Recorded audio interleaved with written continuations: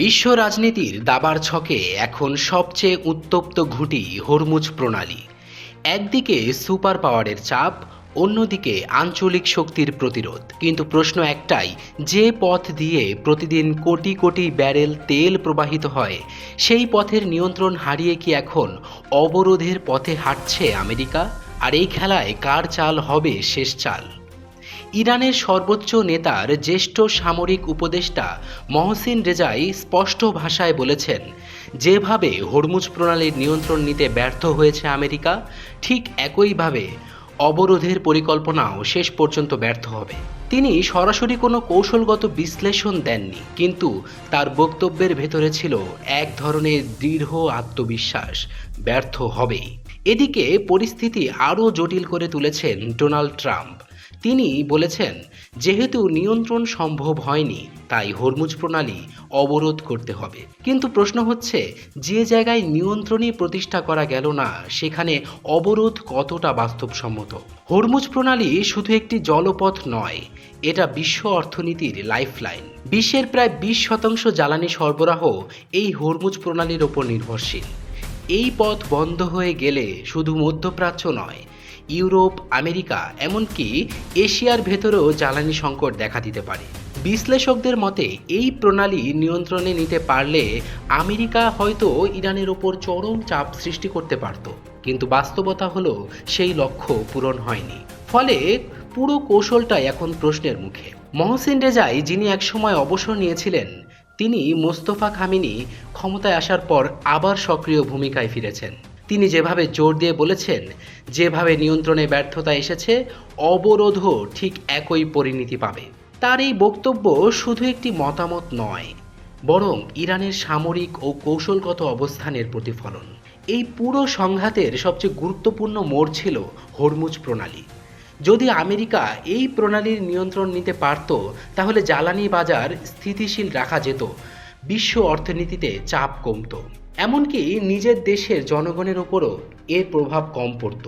কিন্তু সেটি হয়নি, বরং উল্টো জ্বালানির দামে অস্থিরতা দেখা দেয় এবং সেই চাপ গিয়ে পড়ে সাধারণ আমেরিকানদের ওপর। এই অবস্থাতেই ডোনাল্ড প্রশাসন নড়ে চড়ে বসে। পরিস্থিতি সামাল দিতে আমেরিকা তাদের প্রতিনিধি দল পাঠায় ইসলামাবাদে।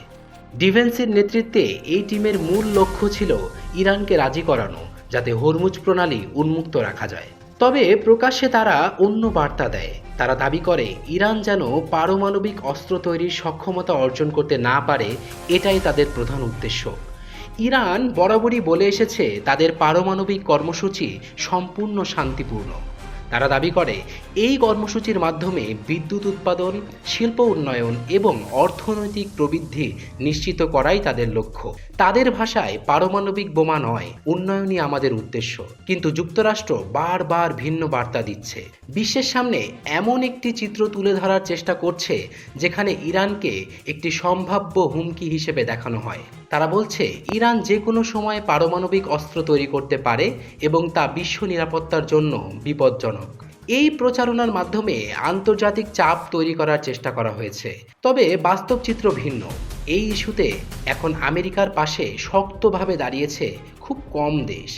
মূলত ইসরায়েল ছাড়া তেমন কোনো জোরালো সমর্থন নেই আমেরিকার। পশ্চিমা জোটের ভেতরেও বিভাজন স্পষ্ট। ফলে বলা যায় এই কূটনৈতিক লড়াইয়ে আমেরিকা অনেকটাই একা। ইসলামাবাদের বৈঠক শেষ পর্যন্ত ব্যর্থ হয়।